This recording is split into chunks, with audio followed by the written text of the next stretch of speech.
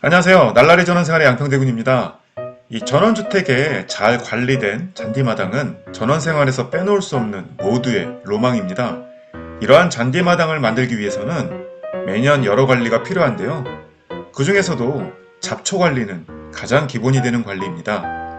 비단 잔디마당뿐 아니라 잔디만 살리고 잡초는 제거하는 이런 선택성 제초가 필요한 곳은 묘지, 산소도 있을 수 있는데요. 저는 깔끔하게 잘 관리된 잔디마당에 매우 진심인 편이라서 이 잔디 회방꾼인 잡초를 제 마당에서 잘 용납을 못하는 그런 성격입니다. 그래서 잔디는 살리고 잡초만 죽이는 선택성 제초제를 매년 써오고 있는데요.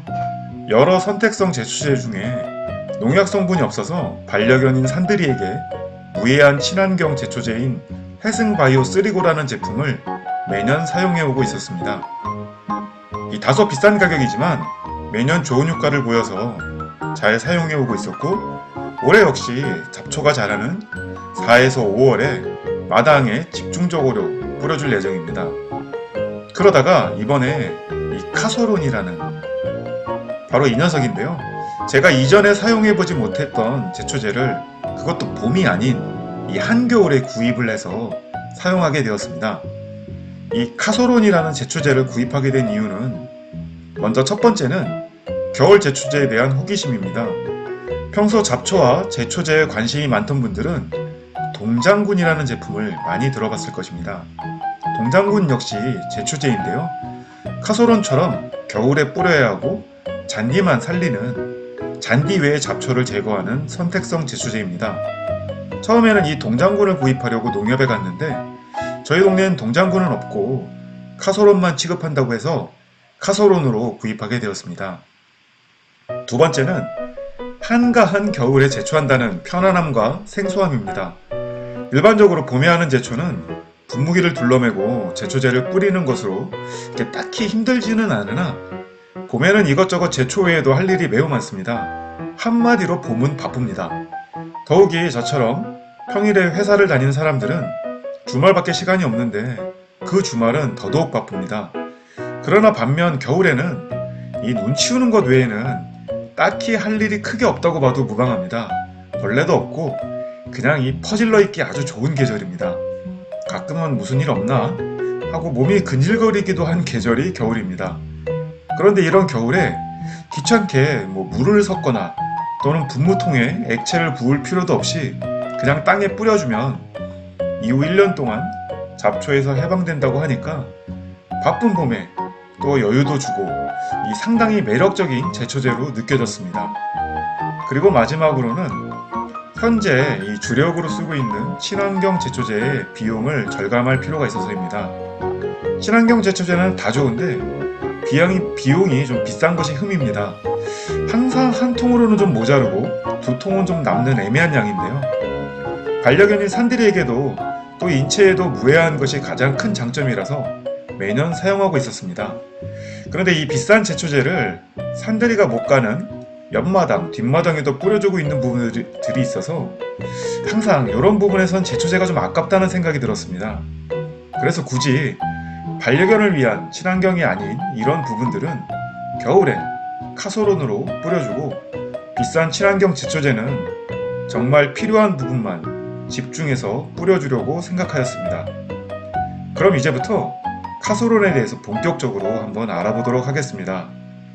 카소론은 디클로베닐이라는 성분의 입제형 선택성 제초제입니다. 디클로베닐은 농약 성분의 이름이고 입제형은 이 용각산처럼 소리가 안 나는 가루가 아니라 이렇게 소리가 들리는 좁쌀처럼 작은 알갱이이며 선택성 제초제라는 말은 제초제의 종류로서 이 특정 개체만 살리고, 그러니까 예를 들면 잔디만 살리고 잔디 외의 잡초는 다 제거하는 그런 제초제란 뜻입니다. 반대말은 비선택성 제초제로 이는 모든 식물을 다 죽이는 제초제입니다. 그러니까 풀들 다 없애고 흙만 남겨놔야 될 때는 이런 비선택성 제초제를 사용하면 되겠습니다. 카소론은 고체인 입자형 제초제이고 땅에 바로 뿌리는 제초제입니다.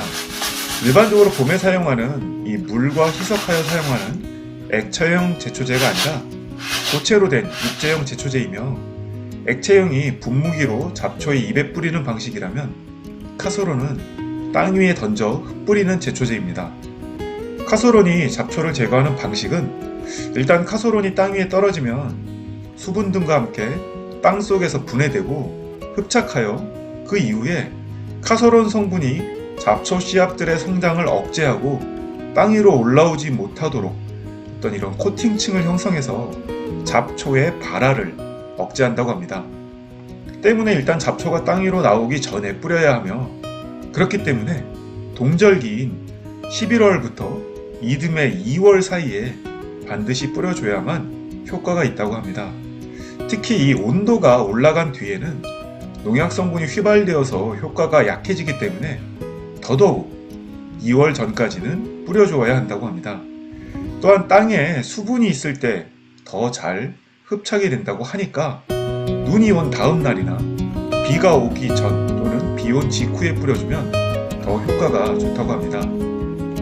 구입은 당연히 농약이므로 인터넷으로는 불가하고 직접 농협이나 농약상에 가서 구입을 해야 하며, 한 봉지는 2kg, 가격은 전년 대비 올라서 약 26,000원입니다. 2kg 한 봉지로 면적은 약 150평 정도를 제초할 수 있다고 합니다.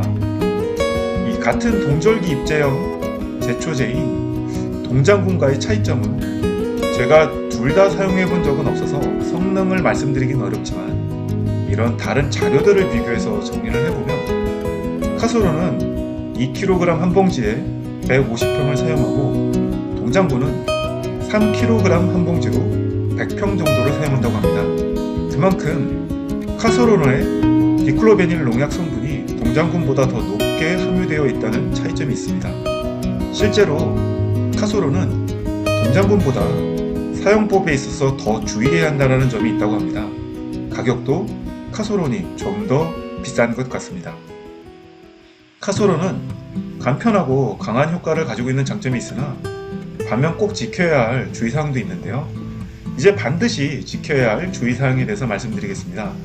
본 영상에 포함이 안 된 부분들도 있으니 꼭 포장지에 적혀있는 주의사항을 정독하시고 사용하여 주시길 바랍니다. 먼저 카소론은 엄연히 농약입니다. 먹거나 마시거나 흡입하거나 피부에 닿으면 절대 안 되므로 반드시 보안경, 마스크, 장갑, 긴팔, 긴바지 등을 입고 보호해야 하며, 특히 뿌릴 때는 반드시 바람을 등지고 뿌려서 이 잎제가 사람으로 날아오지 않도록 주의해야 합니다.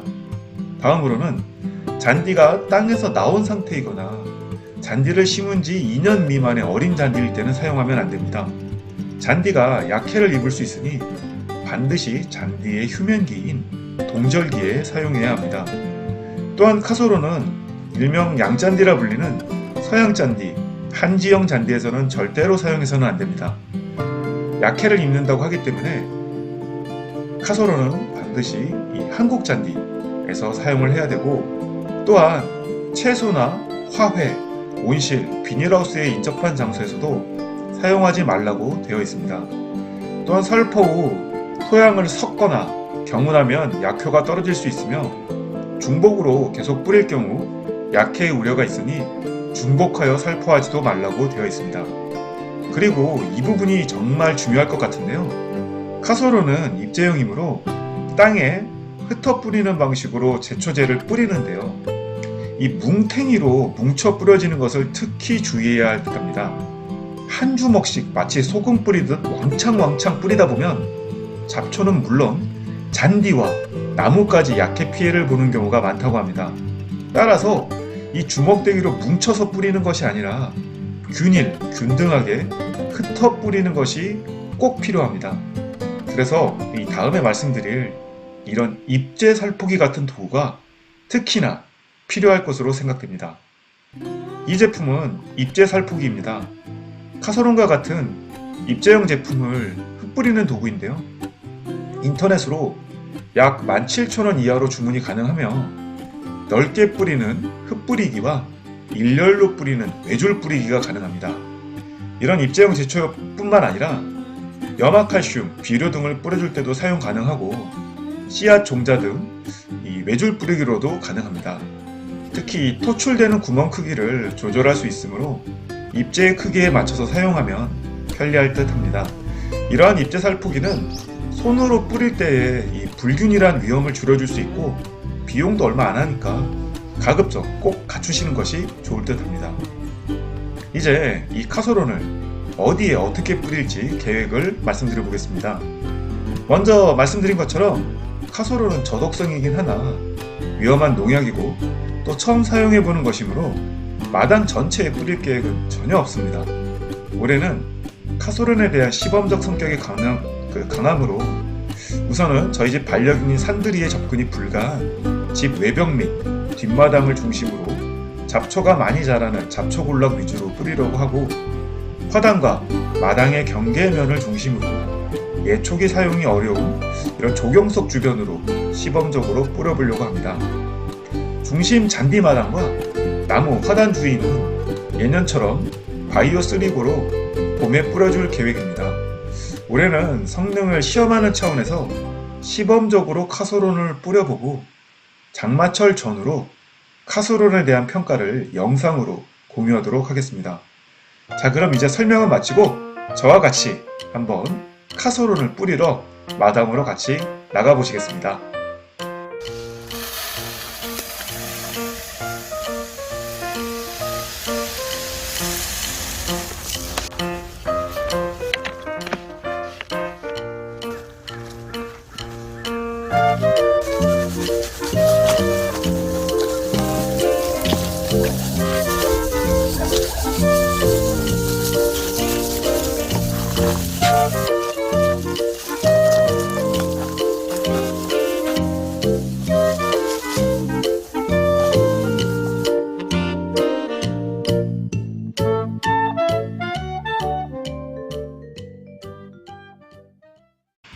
지금까지 반드시 지금 이 시점, 늦어도 2월, 아무리 늦어도 3월 중순 이내인 겨울에 뿌려야 하는 선택성 잔디제초제 카솔론에 대해서 알아보았습니다. 바쁜 봄이 아니라 이 다소 여유로운 겨울에 제초를 미리 해놓을 수 있다면 정말 이보다 좋은 것도 없으리라 생각됩니다. 다만 아직 카솔론에 대해서 제가 추천을 드리는 것은 조심스럽습니다.